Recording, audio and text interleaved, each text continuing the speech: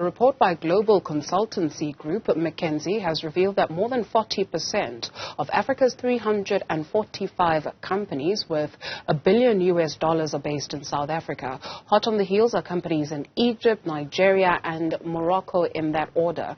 McKinsey is also suggesting that by 2030, Africa's companies would have combined value of 10 trillion rand. Joining us to help us make sense of the report is Khaya Sithole. Khaya, thank you very much for your time this afternoon. So when we take a look at this report, I'd like for us to maybe keep in mind why COSATU is protesting today as they speak of socio-economic challenges, inequality, etc. So this report points to 147 of Africa's 345 companies with revenues exceeding 18.8 billion rand being based in South Africa. How does that make sense in relation to what we are seeing people taking to the streets today?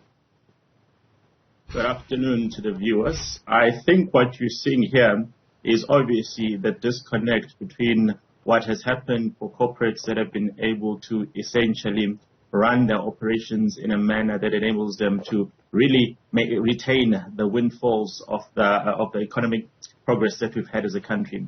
So what that simply means is that obviously the companies that have done very well, that are generating these particular returns, are companies that have found a way to ensure that even if there's changes in the employment patterns, even if there's changes in the ways in which they can transact across borders, they've been able to leap onto that.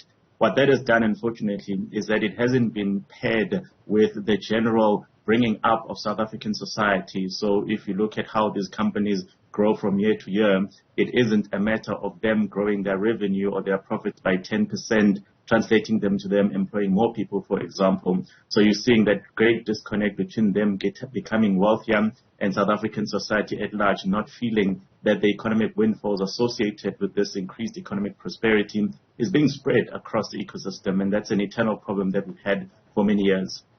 Because, Khaya Sithole, you've also got, for instance, the Reserve Bank with the never-ending interest rates, according to the cycle at least. And then that has an impact on the everyday person on the ground. But it would appear from such reports also that these companies that are doing pretty well have been buffered from this.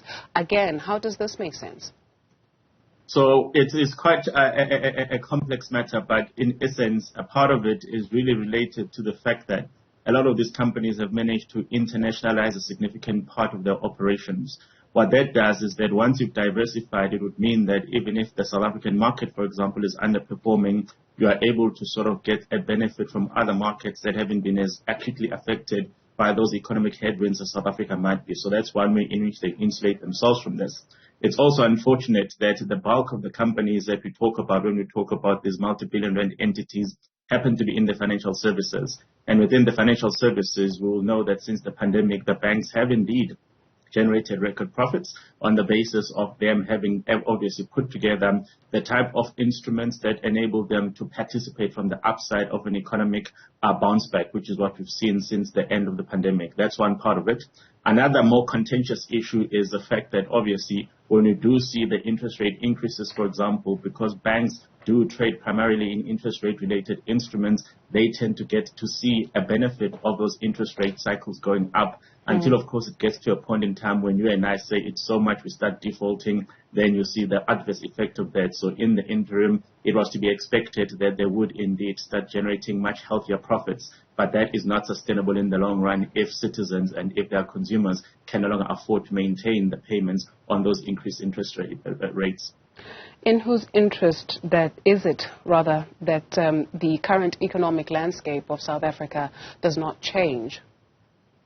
Well, I don't think the current economic patterns and the current economic architecture of South Africa is sustainable in the long run. As you would remember, today actually marks the 2-year anniversary of what we saw as the beginning of the July 2021 unrest. And what that reflected was the fact that society itself has become so disconnected. You've got those that seem to be doing well, and perhaps these big companies reflect that part of society.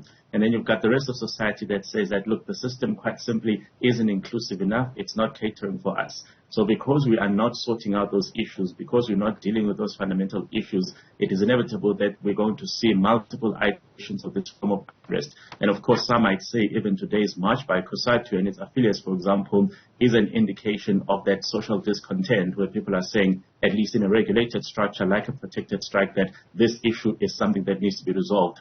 We won't always have the comfort of having a protected strike being the way in which people express that discontent. And 2 years ago reminded us of that fragility. Because it's not necessarily a bad thing, especially according to this report, that South Africa is the leader of the pack because it registered a 5.5% yearly average growth between 2015 and 2025.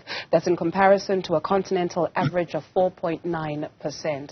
It's not a bad thing, but with the background that you just gave in terms of the unintended consequences of this inequality, what seems to be the resistance in, you spoke of legislation, changing the legislation, amending the relocation, or relooking, reimagining the legislation?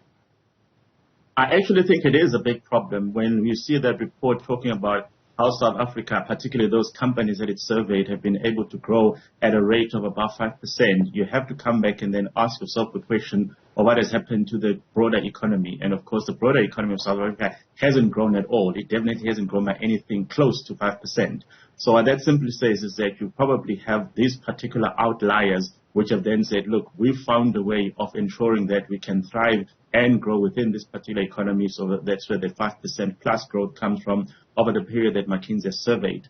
The problem with all of those is that if society at large is left lagging behind, eventually those clients or those clusters of society that have driven this growth are themselves going to start feeling the impact. And you'd have seen in recent weeks, there have been a lot of reports about that emigration that we're seeing, where those wealthier individuals are now saying, well, actually, this is perhaps not the type of country that we want to be based in. And when they exit, they exit with their money.